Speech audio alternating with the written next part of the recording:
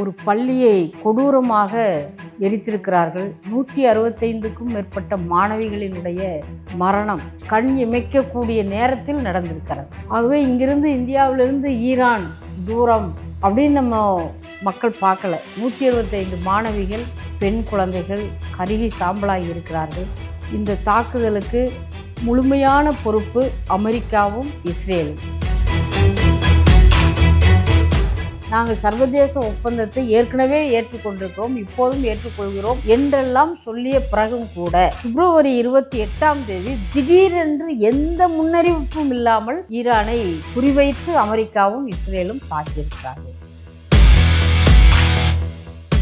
பாஜக அண்ணாமலை நெருப்பை பற்ற வைக்கிறார். எப்படி பற்ற வைக்கிறாரு? இந்தியா கூட்டமைப்பை சார்ந்தவர்கள் பெஹல்காம் தாக்குதலில் நீங்க கண்டன இயக்கமே நடத்தல, கொமேனி மரணத்திற்கு இஸ்லாமியர்கள் கண்டனம் தெரிவிக்கிறாங்கன்னா நீங்களும் கண்டனம் தெரிவிக்கிறீங்கன்னு ஒரு நெருப்பை. இது எவ்வளவு பெரிய ஒரு ஆபத்தான கருத்து. பெஹல்காமில் சமூக விரோத சக்திகள், மதவெறி சக்திகள், அன்றைக்கு பயங்கரவாத சக்திகள் தாக்குதல் நிகழ்த்திய பொழுது இந்தியா கூட்டமைப்பு, மார்க்சிஸ்ட் கம்யூனிஸ்ட் கட்சி உட்பட எல்லோரும் கடுமையான கண்டனம் இயக்கம் நடத்தின. நாடாளுமன்ற பேசவே விடலையே பாஜக. பாலஸ்தீனத்தின் மீது எந்த போரும் தொடுப்பும் இல்லை என்று ஒரு பொய்யான ஒப்பந்தம், தற்காலிக ஒப்பந்தம். ஆனா அந்த ஒப்பந்தம் போட்ட பிற்பாடுதான் பாலஸ்தீன குழந்தைகள் ரொம்ப வெறித்தனத்தோடு கொல்லப்பட்டு இருக்காங்க. அப்ப போரின் போது மட்டுமல்ல, போர் நிறுத்தம் என்ற பெயரிலும் மறைமுகமாக போர் நடந்து கொண்டிருக்கிறது. பாலஸ்தீனத்தை காலி செய்து விட்டார்கள். அமெரிக்கா உடனடியாக ஈரான் மீதும் லெபனான் மீதும் தொடுக்கப்பட்டிருக்கக்கூடிய அத்தனை பயங்கரவாத நடவடிக்கைகளையும் போர் நடவடிக்கைகளும் நிறுத்த வேண்டும் என்று மார்க்சிஸ்ட் கம்யூனிஸ்ட் கட்சியின் சார்பாக நாங்கள் கேட்டுக்கொள்கின்றோம். உலக அரசியல் நிலைமை என்பது மிகவும் கவலைக்குரியதாக மாறிக்கொண்டே இருக்கிறது.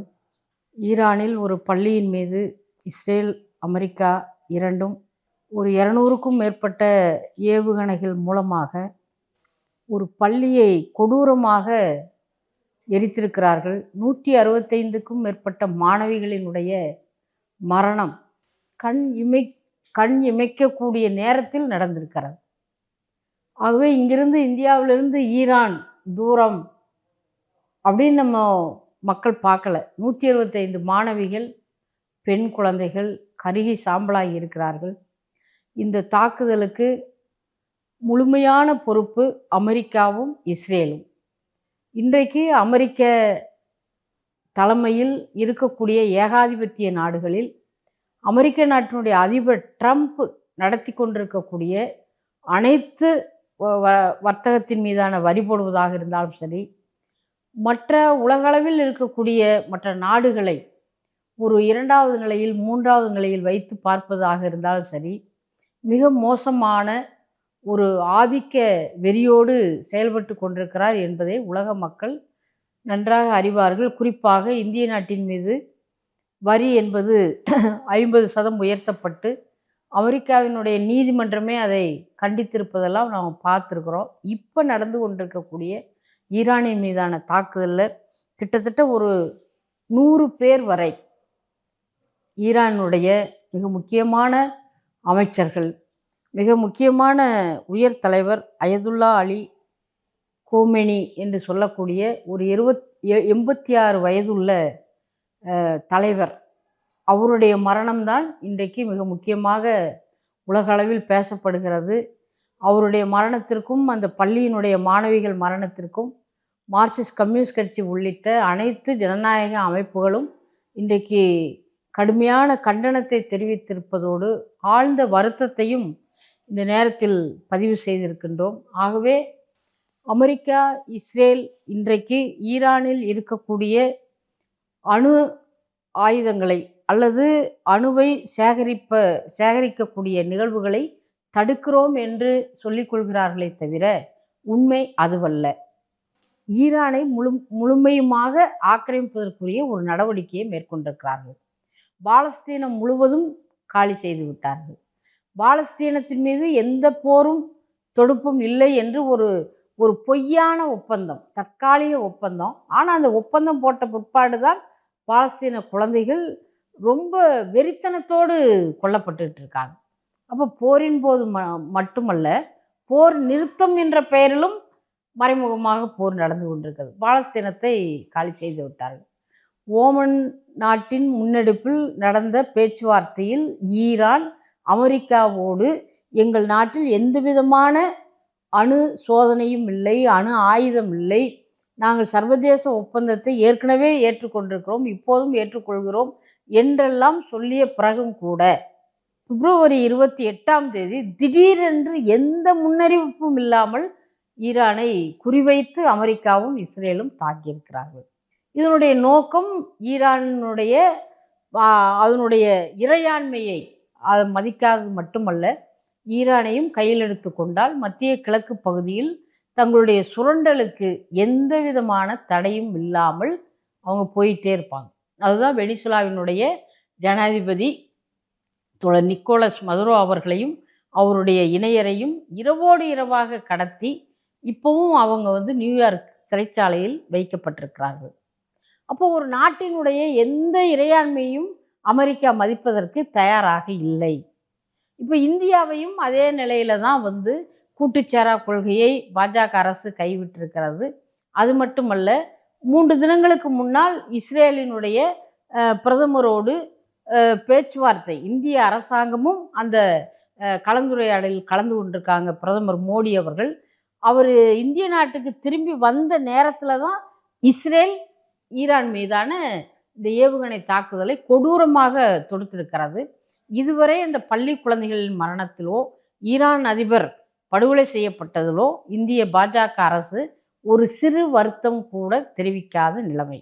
ஆகவே உலக அளவில் இருக்கக்கூடிய இன்றைக்கு இஸ்லாமிய அமைப்புகளை சார்ந்த இளைஞர்கள் பெரும் திரளாக அவர்கள் கண்டனத்தை தெரிவித்து கொண்டிருக்கிறார்கள். இந்த நேரத்தில் அண்ணாமலை, பாஜக அண்ணாமலை நெருப்பை பற்ற வைக்கிறார்.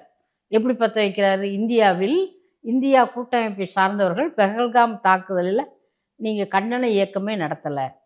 ஆனால் இன்றைக்கு கொமேனி மரணத்திற்கு எல்லாம் இஸ்லாமியர்கள் கண்டனம் தெரிவிக்கிறாங்கன்னா நீங்களும் கண்டனம் தெரிவிக்கிறீங்கன்னு ஒரு நெருப்பை. இது எவ்வளவு பெரிய ஒரு ஆபத்தான கருத்து. பெஹல்காமில் சமூக விரோத சக்திகள், மதவெறி சக்திகள், அன்றைக்கு பயங்கரவாத சக்திகள் தாக்குதல் நிகழ்த்திய பொழுது இந்தியா கூட்டமைப்பு, மார்க்சிஸ்ட் கம்யூனிஸ்ட் கட்சி உட்பட எல்லோரும் கடுமையான கண்டனம் இயக்கம் நடத்தினா நாடாளுமன்றத்தில் பேசவே விடலையே பாஜக. அந்த பெஹல்காமில் கிட்டத்தட்ட ஒரு 21 பேருக்கு மேல் படுகொலை செய்யப்பட்டதில் அங்கே ஏற்பட்ட அந்த பாதுகாப்பு கோளாறு, பாதுகாப்பு ஏற்பாடு செய்ய வேண்டிய அரசாங்கம், ஒன்றிய அரசாங்கம் எந்த மாதிரி பலகீனத்தோடு இருந்தது? அந்த தாக்குதலுக்கு காரணமே ஒன்றிய பாஜக அரசு தானே. அதை பற்றி விவாதிக்கவே முடியல. ஆனால் இன்றைக்கு ஒரு உலக அளவுக்கு ஈரான் நாடு உலக நாடுகள் முழுவதும் ஒரு அச்சமான மீண்டும் ஒரு 3வது உலகப்போர் வந்துவிடுமோ என்று அச்சப்பட்டு கொண்டிருக்கக்கூடிய இந்த நேரத்தில் பாஜகவினுடைய தலைவர் அண்ணாமலை ஒரு ஜனநாயக பூர்வமாக நடத்தக்கூடிய இயக்கத்தை எல்லாம் பார்த்து அதை ஒரு மதத்தோடு சம்பந்தப்படுத்துவது என்பது மிக மிக மோசமான நடவடிக்கை. அவர் மீது தமிழ்நாடு அரசு நடவடிக்கை எடுக்க வேண்டும் என்று ஏன்னா இது சாதாரண கருத்தல்ல, போகிற போக்கில் சொல்லிட்டு போகிற கருத்தல்ல. நேற்றைய தினம் அமெரிக்க தூதரகத்துக்கு முன்னாடி தமிழ்நாட்டில் இளைஞர்கள், இஸ்லாமிய இளைஞர்கள் ஒன்று கூடி தங்களுடைய கண்டனத்தை தெரிவிச்சிருக்கிறாங்க. ஆகவே அது காவல்துறை அனுமதியோடு நடந்திருக்கிறது, தமிழ்நாடு அரசின் கவனத்துக்கு வந்திருக்கு. அதை மற்ற போராட்டங்களோடு ஒப்பிட்டு அண்ணாமலை பேசுவது என்பது உலக அளவில் இன்றைக்கு இருக்கக்கூடிய அரசியலில் மிக மோசமான ஒரு தீய விளைவுகளை ஏற்படுத்தும்.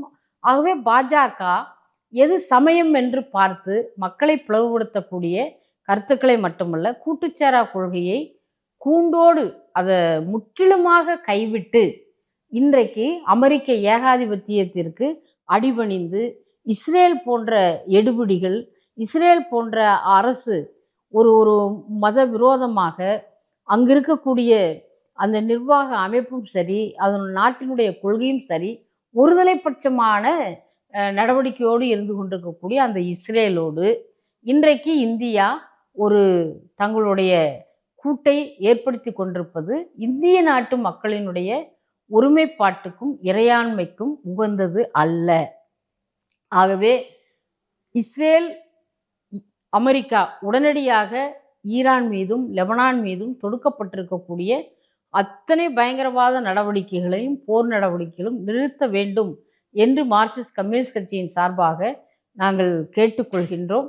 அதே போன்று ஈரான் மீதான தாக்குதல், அதனுடைய உயர் தலைவர் படுகொலை செய்யப்பட்டிருப்பது, ஒரு 200 மாணவிகள் கொல்லப்பட்டிருப்பது, சாதாரண பொதுமக்கள் இன்றைக்கு கொல்லப்பட்டிருப்பதற்கு நாங்கள்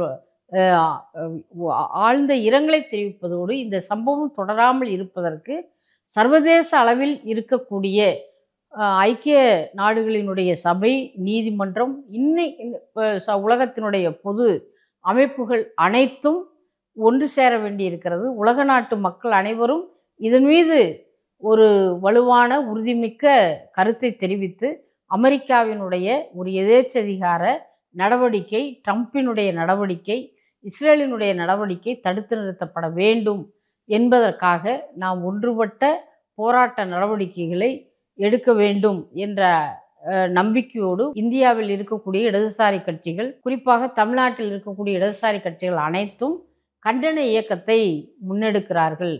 அந்த போராட்டத்தில் நம்முடைய தமிழ்நாட்டு மக்கள், மதச்சார்பற்ற ஜனநாயக சக்திகள் கலந்து கொள்ள வேண்டும் என்று தோழமையோடு உங்களை கேட்டுக்கொள்கிறேன்.